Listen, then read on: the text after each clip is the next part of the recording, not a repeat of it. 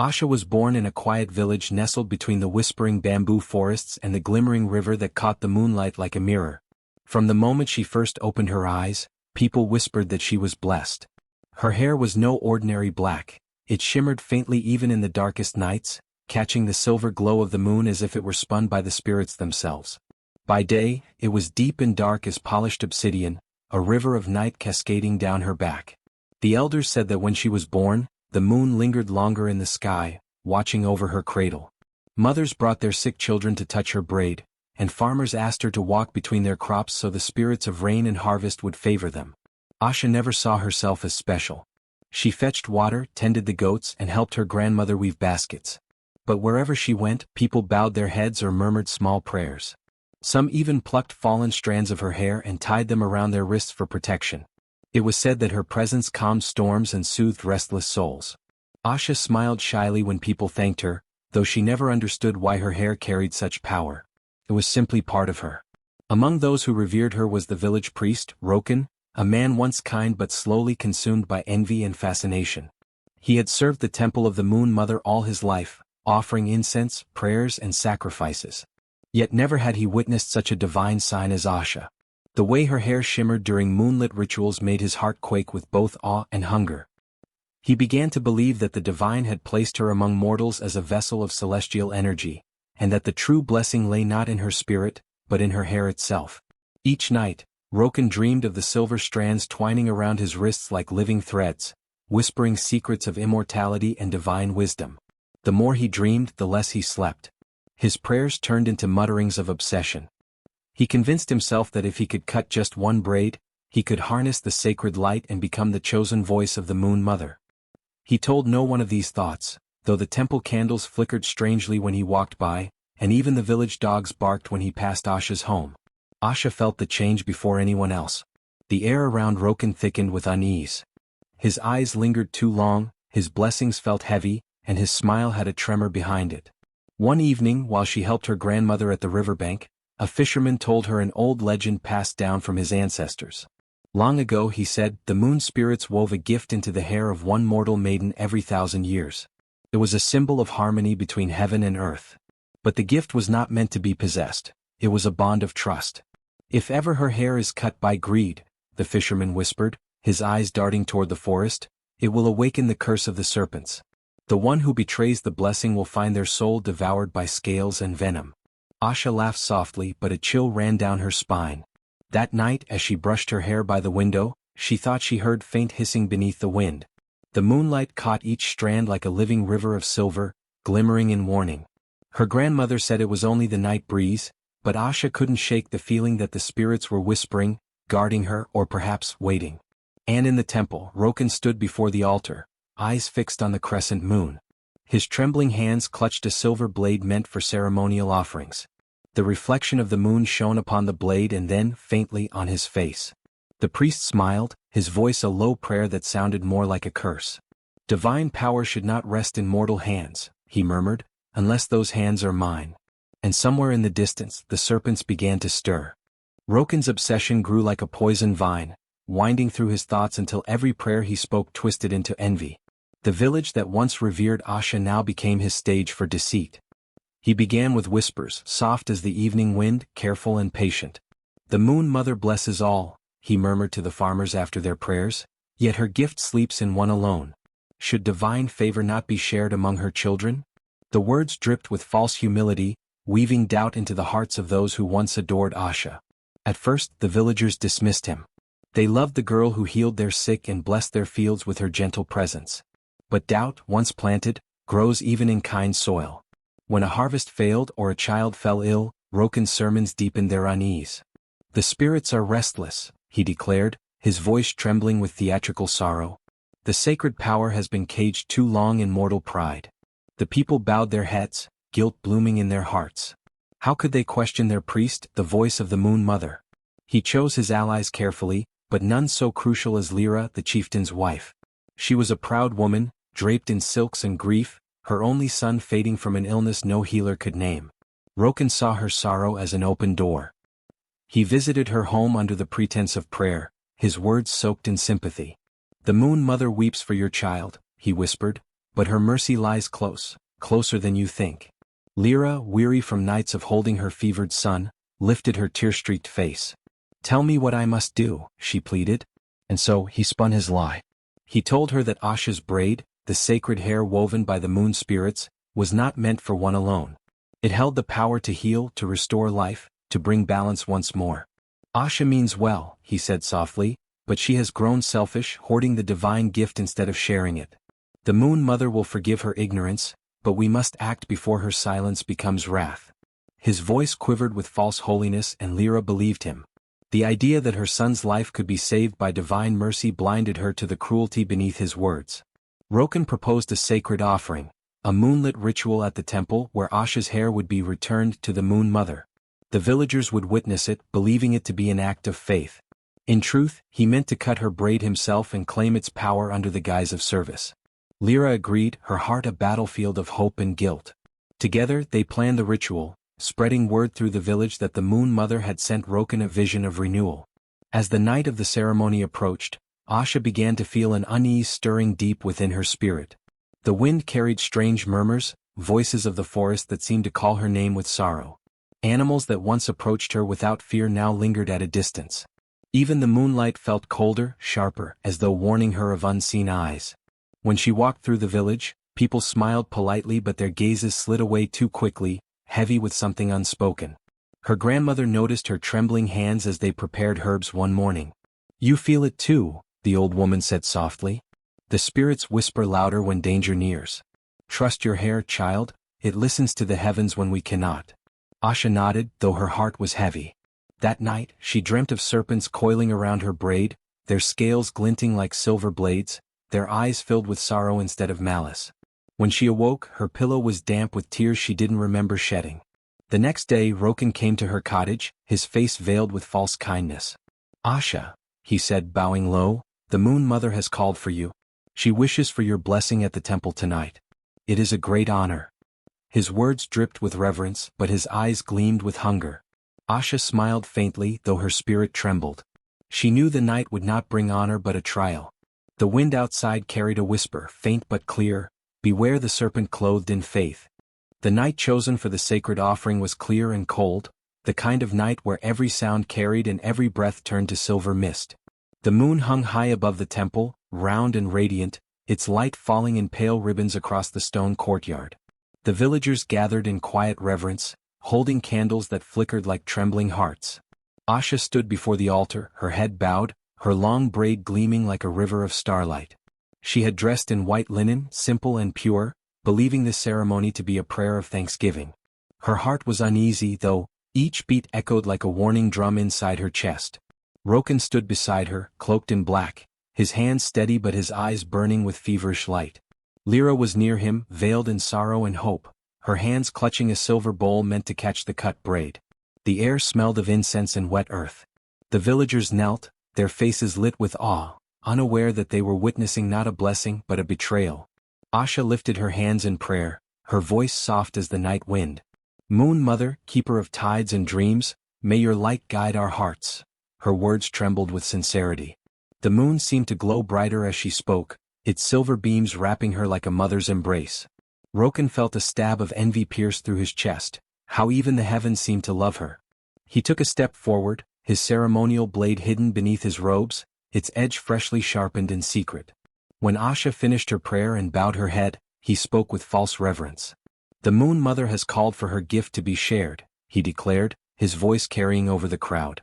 Asha, blessed child, your hair has healed and nourished this village. Now the time has come for it to bless the world beyond. Will you offer it to the Mother tonight? Asha hesitated, her breath catching. The whispers in her dreams returned, hissing, coiling around her thoughts. Her grandmother's words echoed in her ears, trust your hair, child, it listens to the heavens when we cannot. But the villagers' eyes were on her, filled with faith and love. How could she deny them? Slowly she nodded. If it is the Mother's will, she said softly. Roken smiled, his lips thin and trembling. Then kneel, sacred one. She knelt before the altar, her braid falling across her lap, gleaming with silver fire. Lyra approached, tears streaming down her cheeks. For a moment she faltered, seeing the girl's gentle face, the calm trust in her eyes. "Forgive me," she whispered, barely audible. Asha looked up at her, confused, but before she could speak, Roken's hand shot forward. The blade flashed. It sliced through the air and met the braid with a hiss that was not of steel but of something alive. Asha screamed, her cry echoing through the temple like a wounded bird. The moment the blade touched her hair, the air shuddered. A violent wind erupted from nowhere, swirling through the courtyard, snuffing out the candles and tearing the veils from the women's faces. The villagers gasped as dust and petals spiraled into the air. The moon, once silver and serene, flickered, then bled red. The wind roared louder, carrying whispers in a language older than time. The sacred braid, half severed, began to writhe like a living thing coiling around Roken's wrist. His eyes widened in horror as the strands tightened, cutting into his flesh. What is this?" he stammered, trying to pull away, but the hair only bound him tighter. The silver light of it turned dark, scales shimmering across each strand. The hiss grew louder, filling the night with the sound of awakening serpents. Asha's body convulsed. Blood trickled from her scalp where the braid had been cut, mingling with the dust at her knees. Her vision blurred as she looked up at the crimson moon. The ground beneath her trembled, cracks spreading outward like veins. "Roken, what have you done?" she gasped, her voice faint but filled with anguish. The priest stumbled back, clutching the severed braid in panic. It twisted in his hands, alive and furious. The silver bowl fell from Lyra's grasp, shattering as the strands slithered across the floor like gleaming serpents. One coiled around the altar's base, another brushed against Asha's arm, and she felt its cold touch burn through her veins like fire and moonlight intertwined. The villagers screamed and scattered as the wind howled louder. Roken fell to his knees, the braid still binding his wrist, his eyes wide with terror. "Obey me," he shouted at it, desperate. "You belong to me. I am your master now." But the hair only tightened, the scales gleaming red beneath the moonlight. It hissed once, then struck. He screamed as the strands dug into his flesh, slithering under his skin, merging with his veins. His body twisted, bones cracking, eyes turning the color of venom. Lyra collapsed beside him, clutching her face, wailing as the temple filled with the scent of burning incense and blood. Asha tried to rise but her strength failed. The world tilted, red and black merging before her eyes. She saw the moon pulse once, like a heart, and then fade behind clouds of storm. Her body crumpled, her hair, what remained of it, spilling across the ground like spilled light. Her blood soaked the dust, glowing faintly in the dark, and for a brief, haunting moment, the wind spoke again. "The curse of serpents is awake." Then all fell silent, save for the hiss of the wind and the faint, rhythmic pulse of something alive beneath the earth. The morning after the ceremony, the village lay wrapped in a strange stillness. The sky was a pale, bruised gray, and even the birds seemed reluctant to sing. Asha awoke on her straw mat, her body trembling, her scalp burning as though fire had kissed it. Her once glorious hair was gone, her braid severed and stolen. When she touched her head, her fingers came away red, the dried remnants of the night's horror clinging to her skin. The memories came in flashes, the wind, the blade, the screaming, the moon bleeding red. She tried to stand, but her body felt hollow, as if something sacred inside her had been carved away. Her grandmother wept quietly beside her, pressing a wet cloth to her wounds. "They took what was not theirs," she murmured. "The spirits will not stay silent." Asha could barely answer. Her voice was a whisper lost in the hum of the wind that now carried no warmth. Each breath she took felt thinner, each heartbeat slower, as though the world itself was pulling away from her. She had given her gift, though not by choice, and in its absence the air felt heavier, drained of its old kindness. Outside, however, the village was alive with false joy. The priest Roken had declared the ritual a success, proclaiming that the Moon Mother had accepted the sacred offering. He stood at the temple steps, his arms still bandaged from the strange wounds the villagers assumed were part of divine communion. His face glowed with triumph. The severed braid lay coiled within a glass case behind him, displayed on the altar like a relic of holy power. The silver strands shimmered faintly as though alive, but no one dared question it. The people bowed and prayed, thanking the Moon Mother for her blessings, never noticing how the incense smoke hung low and heavy, refusing to rise toward the heavens. Lyra watched from a distance, her son asleep in her arms. His fever had not broken. Each night since the ritual, he whimpered in his dreams, his small hands clutching at his sheets as though fighting unseen serpents. Guilt gnawed at her heart, yet she silenced it with hope. "The healing will come," she told herself. "It must." But when she looked at Asha's empty cottage, When she saw the way the wind avoided that part of the village, a cold dread took root deep inside her. The villagers tried to return to normal life, yet nothing felt the same. The river that once sparkled like crystal now ran murky and dull. The fields grew uneven, their crops withering without reason. Animals avoided the paths near the temple, and even the dogs refused to cross the courtyard after sunset. At night, strange dreams visited every home, dreams of hissing voices and silver scales gliding beneath the floorboards. Mothers woke to find their infants crying in terror, their eyes wide as if they'd seen something moving in the dark corners of their rooms. Roken dismissed their fears, preaching that the spirits often tested the faithful after a great blessing. The Moon Mother cleanses through trial, he told them, his voice grand and commanding. Yet even as he spoke, his own sleep was tormented. The Braid whispered to him in the silence, its faint shimmer pulsing like a heartbeat within the glass case. Sometimes when the moonlight struck it he thought he saw it move, just slightly like breath beneath fabric. But he told himself it was only imagination. Still he began to avoid looking at it for too long. The bandaged wound on his wrist had not healed, it throbbed and itched, and beneath the skin he thought he felt something shift, something alive. He prayed more fervently, though his prayers no longer brought peace. The temple grew colder each night, the candles flickering though no wind blew. And in the shadows, the faint sound of hissing rose and fell, as if the air itself were remembering the curse. Asha lay in her cottage, staring at the ceiling. Her body was frail, but her spirit still clung to life, though dimmed. She could feel the world trembling beneath her, the spirits of the earth whispering in pain. Her grandmother sat beside her, holding her hand, whispering old lullabies. The moon outside hid behind clouds, its light weak and distant. The silence after betrayal was thick and endless, and within it the first echo of vengeance began to stir. It began with a tremor, soft and almost unnoticeable, like a breath caught in the stillness of the temple. The braid, resting in its glass case upon the altar, twitched once, then lay still. The acolyte cleaning the floor glanced up but saw nothing. He told himself it was his imagination, that the candlelight played tricks upon the shadows.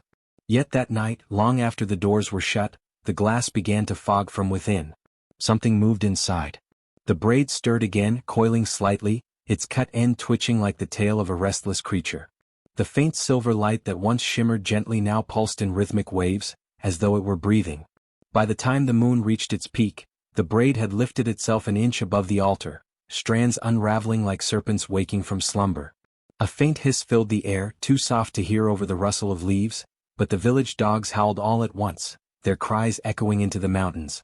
That same night, the villagers began to dream of serpents. They slithered through their visions, pale and silver, their eyes glowing with sorrow.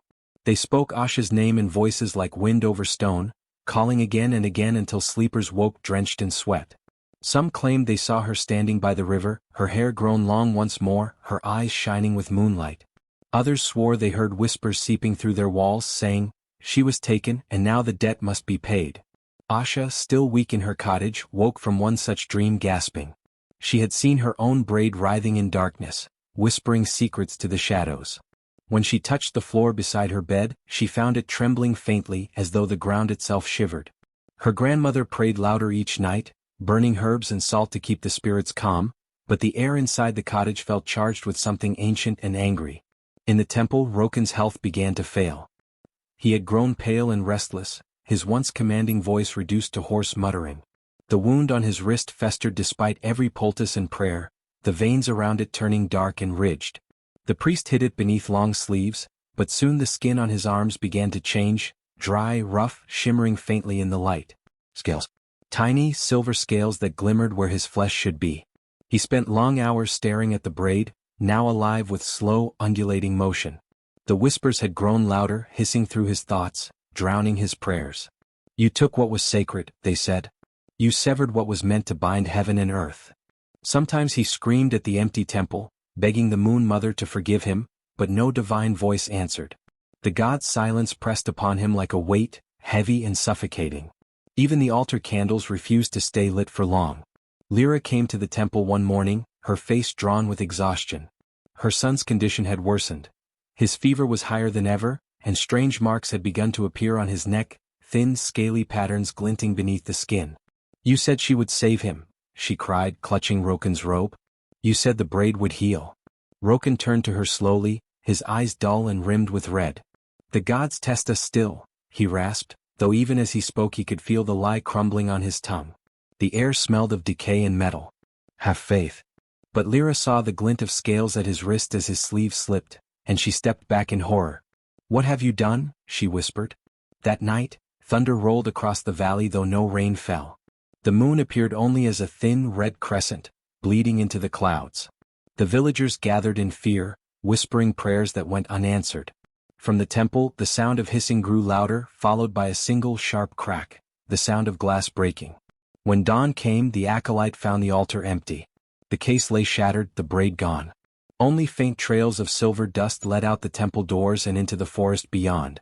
The air inside the temple was thick with a smell like rain and blood. Roken was nowhere to be seen, though his robes and sandals lay scattered near the altar, streaked with something dark and glistening. The villagers said nothing aloud, but all of them felt it. The gods were silent, and their silence was not mercy. It was judgment. Asha wandered for days, her feet bare and blistered, her body weak but driven by something deeper than pain.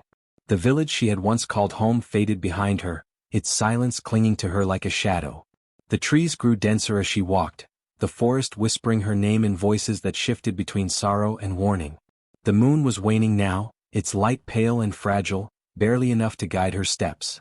She followed the sound of running water, faint at first, then stronger, until she came upon an ancient spring deep in the woods.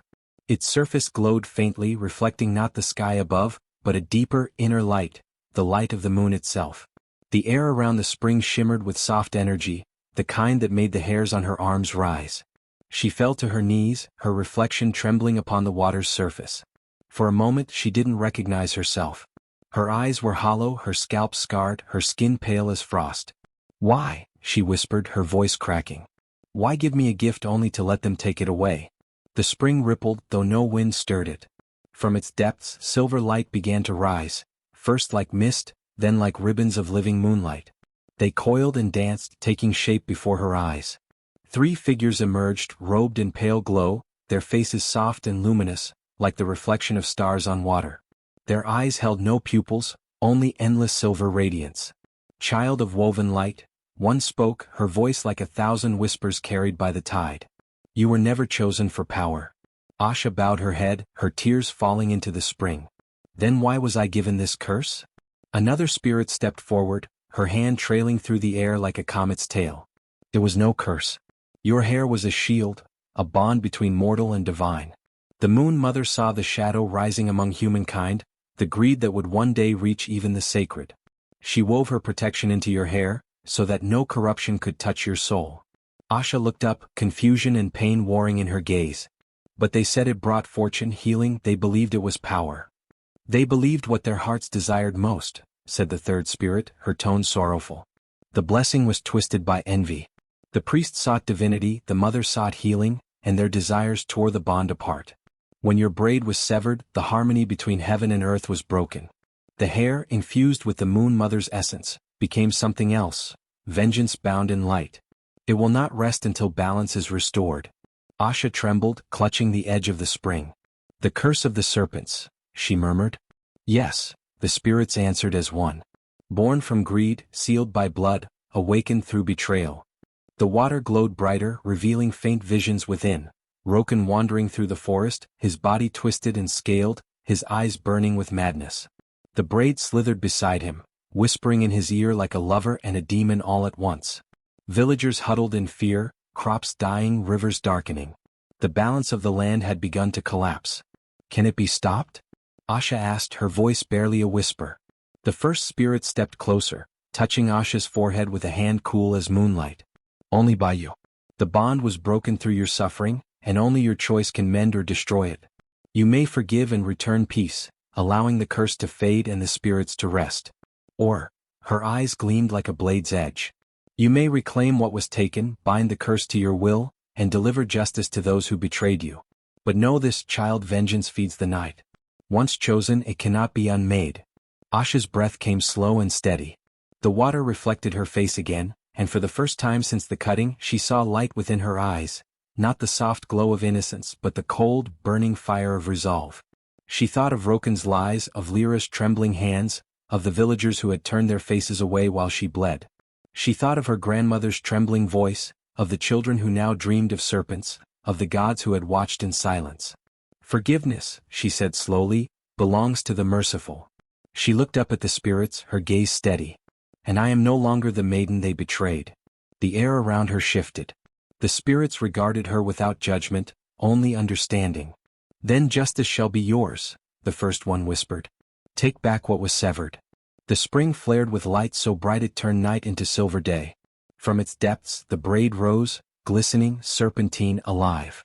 It floated toward her, coiling gently around her hands, its touch cold and electric. The cut end brushed her skin and the pain vanished. The strands merged with her flesh, flowing upward until her hair cascaded once more down her back, longer, brighter, infused with both beauty and wrath. The spirits' forms began to fade, their voices echoing faintly in the wind. "The moon will follow your will, child of sorrow. Bring balance. End the hunger of greed." As the light dimmed and the forest returned to shadow, Asha stood at the edge of the spring, her reflection no longer frail. Her hair shimmered like molten silver, alive with serpentine movement. She turned toward the path leading back to the village. The moon broke through the clouds, full and blinding, bathing her in its light. Asha, the maiden of the sacred hair, walked once more beneath its glow, not as a blessing but as judgment made flesh. The night of the next full moon came shrouded in a strange stillness. The village slept uneasily though no one truly rested. Even the air seemed to wait, heavy with something ancient and sharp. In the heart of the temple, where Roken had once preached of divine blessings, the severed braid lay upon the altar, dull and gray from days of silence. Its once vivid shimmer had faded, yet beneath its strands something pulsed, slow, rhythmic, like the heartbeat of something waiting to be born. As the moon climbed high, its silver light pierced through the broken roof tiles, landing directly upon the braid. The strands quivered. The air thickened, the candles flickering though no wind stirred. Then with a soft rippling sound, the braid began to unravel. One strand loosened, then another, until the whole mass writhed like a nest of restless creatures. From within the darkness of the hair, glimmers of light began to move, tiny scales forming, catching the moonlight. The first serpent emerged, its body woven of silver and shadow, its eyes twin embers of cold fire. It tasted the air with a tongue of light, its hiss like a whisper in prayer. Then another followed, then another, until the altar crawled with them, dozens of serpents born from the sundered braid. They slithered over the stone, their movements graceful and terrifying, their scales singing softly as they brushed together. Each one carried in its body a pulse of Asha's pain, the anguish of betrayal, the sorrow of her stolen innocence, and the fury she no longer feared to claim. The temple itself seemed to breathe. The carvings on the walls glimmered faintly, and the old moon sigils etched into the stone began to glow red. The serpents coiled around the pillars, winding toward the entrance, their bodies leaving trails of silver dust that shimmered and then vanished. Above, the moon burned brighter, almost white, its light spilling like liquid over the village. Those who slept began to stir, tormented by dreams of hissing voices and the soft brush of scales against their skin. Roken was among the first to wake. He sat upright in his bed within the priest's quarters, gasping for breath. His skin burned, the scales on his arms itching and spreading. In the corner of the room, he heard the faintest sound, a low hiss, rhythmic, deliberate. When he turned his head, he saw the first serpent glide through the doorway, its body glowing faintly in the moonlight. His heart froze. "No," he whispered. "No, this cannot be." The serpent paused, lifting its head, its eyes reflecting the full moon's light. Behind it came another, then another, their movements silent as smoke. They surrounded him slowly, circling the bed. Roken's prayers spilled from his lips in broken gasps. "Moon Mother, I am your servant." But the air drowned his words with hissing, 100 voices rising together, neither cruel nor kind, only inevitable. The serpents' mouths moved, whispering words in Asha's voice, not of hatred but of truth. "You cut the bond. Now feel its wound." In the village square, dogs barked and fled. Chickens shrieked within their coops. Lyra woke to the sound of hissing beneath her floorboards, her son crying out as the moonlight painted his skin with silver. The serpents slithered through cracks and shadows, gliding across rooftops and along the riverbank. They did not kill, they did not destroy. They sought. They sought those who had stood silent, those who had turned away when Asha screamed. The hissing grew into a chant, soft but relentless: justice, balance, return. By dawn, the temple was empty again. The floor was covered in scales that gleamed like droplets of moonlight, but Roken was gone. Only his robes remained, coiled neatly in the center of the altar, a single serpent sleeping within the folds, its body faintly pulsing with light. Across the village, the people awoke trembling, the sound of hissing prayers still echoing in their minds. They felt it in their bones, the curse was awake and it carried Asha's will. Far beyond the temple, at the edge of the forest, Asha stood beneath the fading moon. Her hair shimmered, alive with the same serpentine glow. The wind brushed her cheek as though in reverence. She closed her eyes, listening to the distant whispers of her creations. They did not speak in words, but she understood. The night had delivered her message, and the dawn would carry her judgment. Roken awoke to darkness so complete it felt alive. His lungs burned with the scent of incense and dust, and for a moment he thought he had been buried beneath the temple floor. But then he moved or tried to. Something cool and slick brushed against his skin. Dozens of somethings. He froze. All around him came the soft, rhythmic sound of hissing, layered and endless, like whispers from beneath the earth. As his eyes adjusted, faint silver light glimmered in the shadows. Serpents. Hundreds of them, coiled and silent, their scales catching the dying glow of the moon through the cracks in the temple roof. They surrounded him completely, forming a living circle, their bodies weaving in and out like threads in a divine pattern. The floor pulsed with their movement, a heartbeat of vengeance. Roken tried to speak, but his voice broke into a hoarse rasp. "Spirits, forgive me," he croaked. "I was chosen, guided by the Moon Mother." The serpents' heads lifted in unison, their tongues flickering. Then one by one they began to whisper, not in their own voices but in his. Each hiss carried a word, a confession, a fragment of his soul. Greed. Wise. Desecration. The sound filled the temple until it became unbearable, a chorus of his own corruption thrown back at him. He clutched his head, shaking as if he could drive the sound away. But the serpents slithered closer, their scales brushing his legs, his arms, his chest. "You took what was sacred," they hissed together, their voices weaving into one. "You severed the bond. You bled the chosen one. You fed the curse." Roken's mind cracked under the weight of their words. He crawled backward toward the altar, his bandaged wrist leaving a trail of blood. "I wanted only to serve," he shouted, though his voice trembled with the lie. "I wanted her power for the good of all." The largest serpent slid forward, its body gleaming like liquid moonlight. It raised its head to his eye level, its gaze deep and endless. "You wanted divinity for yourself," it whispered, its tone soft and merciless.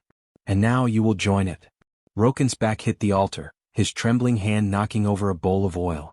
It spilled across the floor, soaking into the cracks. The serpents began to move faster now, their bodies weaving into spirals around him, their scales scraping against stone. The air grew hotter, thick with the smell of burning incense and something else, sulfur and the metallic tang of blood. Then the first flame appeared. It flickered at the base of the altar, weak and golden at first, but it caught the oil and flared upward in a rush of heat. The serpents did not retreat. They moved through the fire unharmed, their scales gleaming brighter as the temple began to burn. Roken screamed, stumbling to his feet, but every path was blocked by their bodies. "Mercy," he cried, his voice raw. "Moon Mother, please." But the heavens were silent. Only the hissing remained, rising and falling like a chant. "You severed light from life. You severed heaven from earth. Now be severed from mercy." The flames climbed higher, licking the walls, devouring the tapestries, melting the gold that adorned the altar. Roken's screams echoed through the night, carried out beyond the temple, across the dunes and into the sleeping village. The people awoke to the glow of fire against the horizon, the sky painted in shades of red and silver. None dared to approach. They knelt in their homes, trembling, whispering prayers that felt too small to reach the gods. By dawn, the fire had burned itself out. The temple stood in ruins, its stone blackened and cracked. The air was thick with smoke and ash, the scent of divine wrath still lingering. In the center of what had once been the altar lay only a heap of gray ash, glinting faintly with scattered silver scales that caught the morning light. The villagers came at sunrise, their steps hesitant. They found no trace of their priest, no body, no bones, only the remnants of something that shimmered with the faint, cold light of the moon. The serpents were gone, vanished like mist. And though the temple was silent, some swore they still heard, beneath the wind, a whisper that carried Roken's voice, pleading endlessly into the void. The first light of dawn crept across the horizon, painting the dunes in hues of gold and rose. The village lay silent, heavy with the memory of fire and screams. The temple was nothing more than a skeleton of charred stone, its once sacred pillars cracked and blackened. Smoke curled lazily toward the sky, carrying with it the faint scent of ash and something older, the trace of judgment. The villagers gathered at the edge of the square, whispering prayers to gods they no longer trusted, their eyes hollow from sleepless nights. Then from beyond the scorched fields, came a sound like wind moving through silk, soft, unearthly. Heads turned. The sun had not yet fully risen, but a pale silver light moved toward them across the sand, bending the shadows as it came. The air grew cooler, sharper, the scent of night flowers blooming out of season. The villagers fell to their knees, their voices catching in their throats. For out of the dawn mist she appeared. Asha. She walked barefoot across the earth, her steps leaving ripples of silver light that sank into the ground and bloomed into small white blossoms where she passed. Her skin glowed faintly, kissed by moonlight, though the sun now rose behind her. Her once long braid no longer hung behind her shoulders. Instead, her hair had become a living crown of serpents, each strand glimmering like polished silver, their scales rippling with light. They moved with her not as beasts but as extensions of her will, calm, regal, aware. The villagers trembled, some in awe, some in fear. Asha's eyes were no longer the soft brown they had once been. They shimmered like twin moons, ancient and knowing. When she spoke, her voice carried the stillness of night and the weight of justice. You feared what you did not understand, she said, her tone neither angry nor kind, only certain. You worshipped power, not grace. You took light and turned it into hunger. No one dared move. The chieftain crawled forward, bowing low until his forehead touched the dust. Forgive us, moon-blessed, he stammered. We were deceived. The priest? The priest was but a mirror of your hearts, Asha interrupted, her voice low and resonant. The serpents upon her head lifted slightly, their tongues flicking in unison. He took my gift, yes. But he could only do so because you let him. You celebrated my pain and called it faith. A murmur rippled through the crowd, but none dared to speak. Asha's gaze softened, though it held the strength of a storm held barely in check. Power taken through cruelty, she said slowly, will always devour its thief. As she spoke the words, the ground beneath the villagers began to tremble. Those who had stood beside Roken, the men who had held her down, the women who had chanted as her hair was cut, felt the air grow thick and heavy. Dust rose around their feet, swirling in faint spirals. They looked down in terror as the color drained from their skin. Their bodies began to crumble, flaking away like dry clay. One by one they reached out, their mouths open in soundless pleas, but Asha did not look away. The moon remembers, she whispered, and the wind carried the dust of their bodies into the desert, scattering them to the horizon. The remaining villagers bowed their heads, trembling. None dared to flee. Asha stood among them, her serpents hissing softly, their voices like a hymn. Then she lifted her hands toward the temple ruins. The earth quivered, and from the cracks, shoots of green began to push through. Vines climbed the blackened stones, flowers blooming where fire had scarred. The air filled with the scent of new life, jasmine, wild mint, and the sweetness of healing rain that had not yet fallen. Where Asha walked, the earth restored itself. Dead trees straightened, grass spread like a green tide, and the river that had dried months ago began to flow again, clear as glass. The villagers wept openly now, for they understood, her power had never been one of domination or fear, but of renewal. It was the gift they had profaned, now shown to them in its truest form. Asha turned to leave, her serpents glimmering in the morning sun. They no longer hissed with vengeance but with calm rhythm, as though singing to the dawn. The boy Lyra had carried emerged from the forest, clutching his mother's hand. He stepped forward shyly, holding out a single white flower that had grown where Asha's feet had touched. For you, he said softly. Asha knelt and accepted it. Keep it, she said, her voice gentle now. Let it remind you that mercy is the truest form of strength. She rose, and the boy smiled, placing the flower against his chest. As Asha walked away, the villagers watched in silence. Some wept. Others fell to their knees and pressed their foreheads to the soil. When she reached the edge of the desert, she turned once more toward them, her silhouette framed by the rising sun. The serpents upon her head shimmered, their bodies shifting into a crown of radiant silver light. The moon does not forget, she said, her words echoing like a promise and a warning. But she forgives those who learn. Then, as the wind rose, her form dissolved into 1,000 silver motes that drifted upward, merging with the dawn. The blossoms she had left behind glowed faintly in her wake, and for the first time in generations the village felt peace, not the peace of silence but the peace of healing after the storm.